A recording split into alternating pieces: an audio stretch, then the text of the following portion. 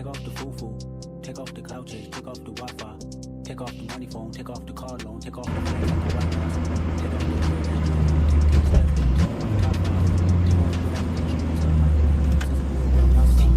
take off your idols, take off the runway, take off the Cairo, take off the Sando, pay 5 days, stay capable of doing everybody, take off the forefront, take off the social, take off the cop, take off the shit, take off the social time, take off the fake, take off the fake, take off the Sando, pay 5 days, stay capable of doing everybody. All right, so we've got the button working, and we've got AC working, and we've got the catch can fixed. So now it's time to move on to some of the finer details. Specifically, we're gonna get this sorted out. There's nothing necessarily wrong with it, but it's not how I'd like it. For starters, you can see he's got, or had, some just like plate steel to use as the mounts for the intercooler. There's nothing really wrong with it. It did rust, and it's just not a good look. It's also too low.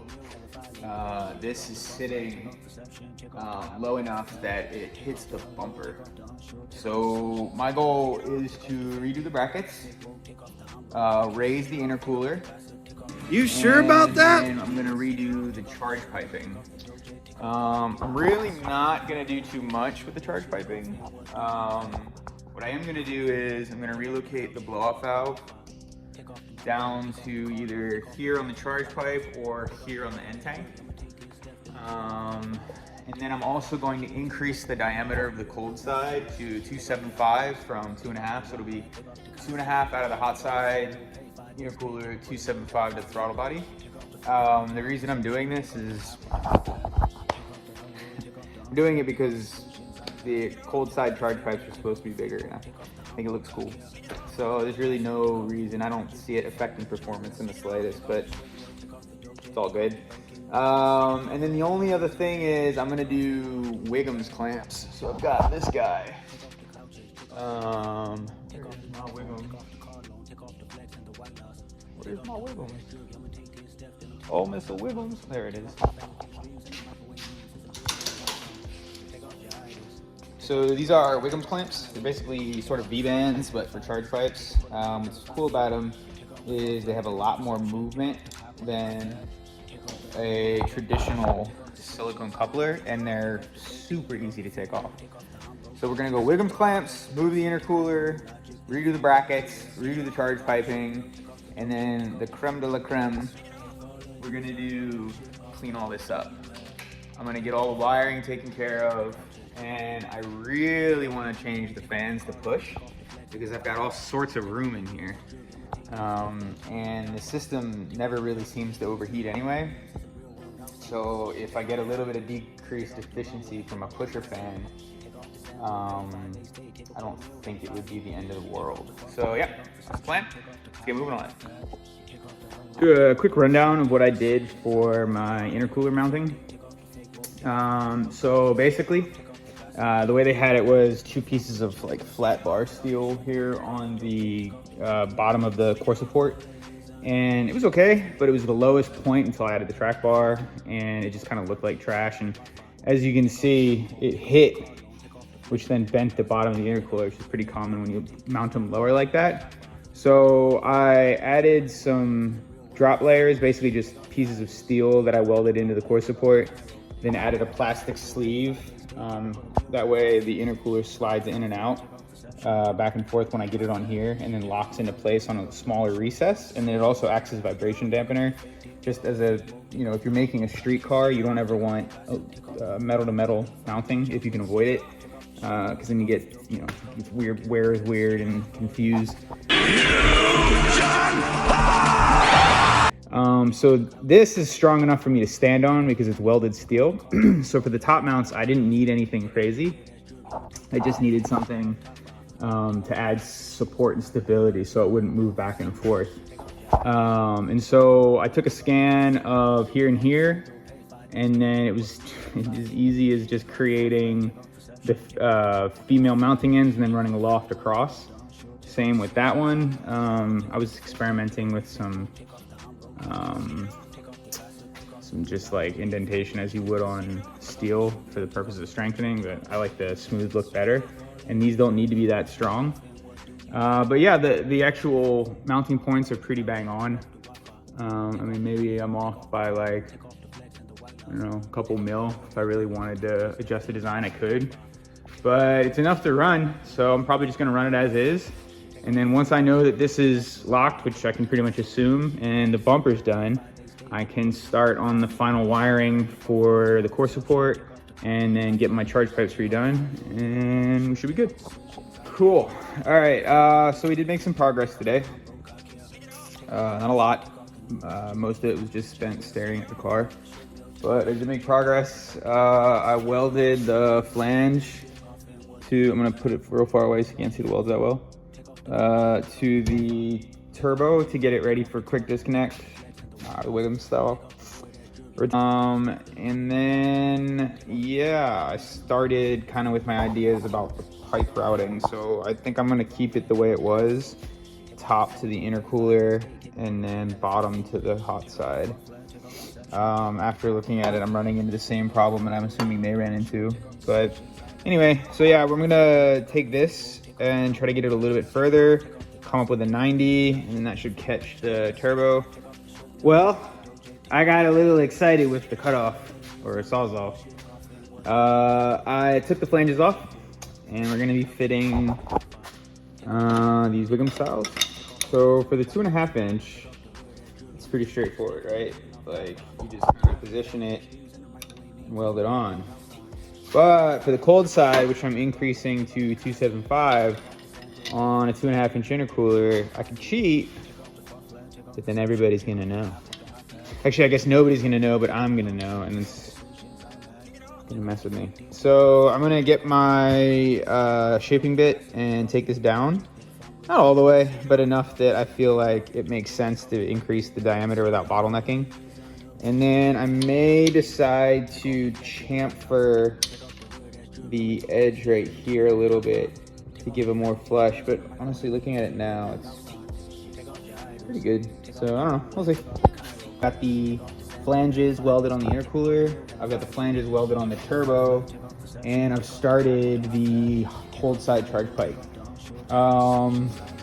Really from here, I've kind of got at a stopping point because I need to create the joining section. So, and finish fabricating, I think I'm gonna do a bracket. I've been going back and forth between either a bracket that folds over or studs. And right now I'm on a bracket kick because I don't want to weld anything onto the chassis for whatever reason. So I'm gonna work on a bracket and see how it comes out. And then once the bracket's made, I can lock in the intercooler clamp system that I designed.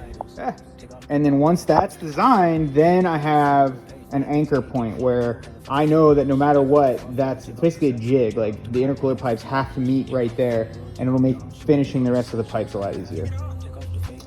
So I fabricated a bracket, got it bent up in my bender, and it fits right about there. So you can see the holes all line up. It gives me a decent amount of space.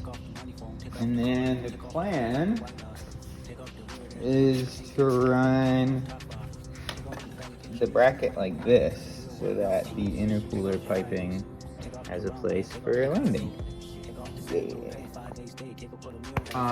We are making some progress today. So I have now got the hot side redone and sealed. Hot side to intercooler from bottom of connector done and sealed, and cold side throttle body to clamp to connector. The only thing left is my cold side out of the intercooler, and that's because I ran out of bends again. Thought I had enough, guess I didn't. This is also working. I mean, I don't know, we'll see what happens at 15 PSI with vibrations, but as of right now, the clamp is holding. Initially I had planned on grinding the welds, but then I couldn't get the welds to seal. So I guess that's just the shame of being a new welder. They didn't, you know, having redone them already, I'm getting better, but it's not pretty.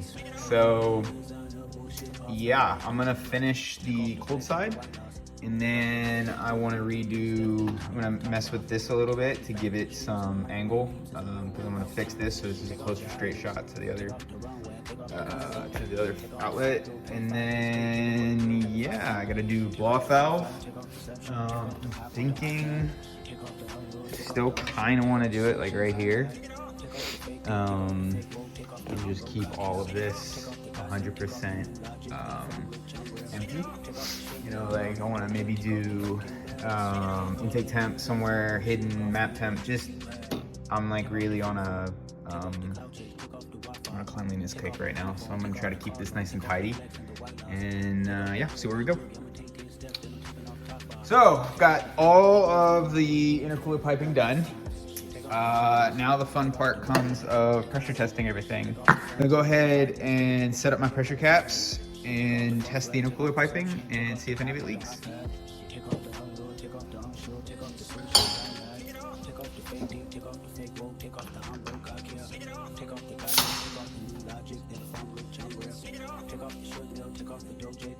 All right.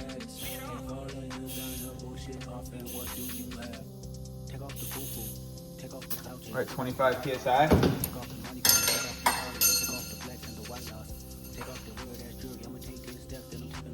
Got one weld.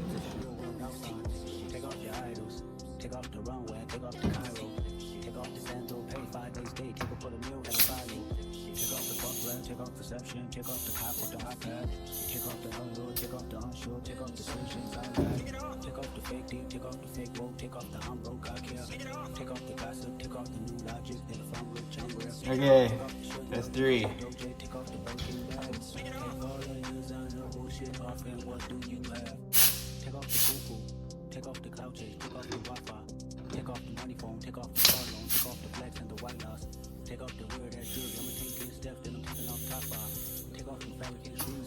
Alright, that's 30 PSI.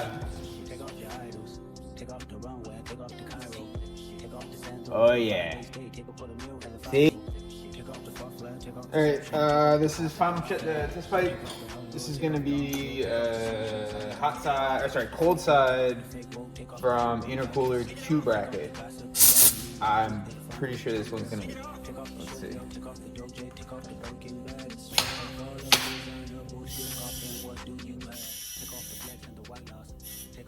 That's 26 PSI.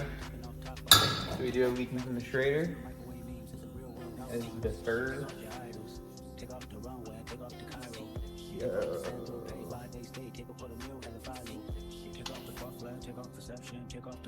Nothing from the piping. Nothing from the piping. That's awesome. Getting better. This is officially the smoke test final boss. So I grabbed some headstands, threw the head up there, and then put the intake manifold, and then went about and sealed just about everything. This is sketchy. This is really, really, really sketchy, and that's the extreme amount of money to just kind of hang over my toolbox. I like that I don't even have it like just level. Like there's just zero reason to do it this way. So outside of being lazy, and it's all right. So everything's sealed. I put these pressure caps are coming in huge. I'm really glad I made these. And then I put a ball valve on the BOV or on the boost controller, and capped off the intake manifold or the brake boost. That just leaves this little guy. Seal this up, and then I'll hit it with some pressure and see what it does. Cool. Okay, I'm gonna try to do this with one hand. I know. They said it couldn't be done. And I said it can be done because I'm gonna get them out. Oh shit, watch this. Check this shit out. I'm a genius. Alright, check it out. I'm gonna take this thing, okay? And then I'm gonna put it. Wait, no, not on the core support. I want people to think I take care of myself. No, that makes sense. Check it, look. Alright, so I'm gonna do this. and then I'm gonna mount it. Oh, I'm a genius. Oh, that's beautiful. Okay, so watch this. Wait, no, just like this. Why don't I think of this? Ah, this is amazing. You gotta see the camera though. All right, so we get a vacuum line and a bolt, and I found the leak. So it's coming from the eye, and it might be my trash gaskets. Patent pending.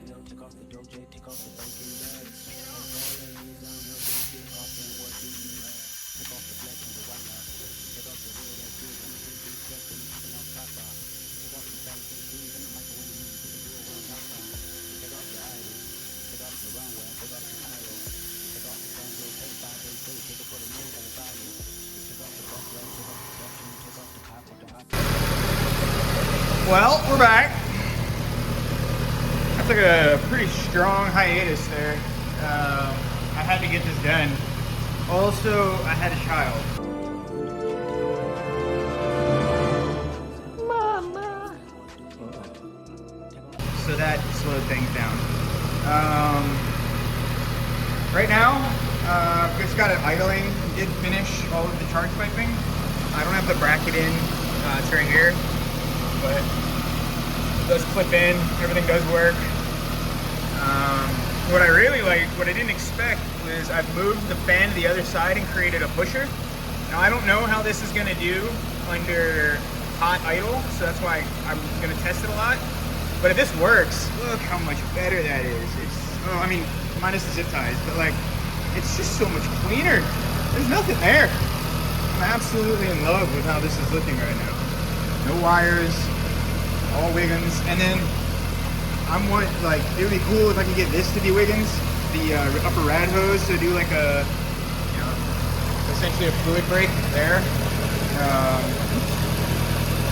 So yeah.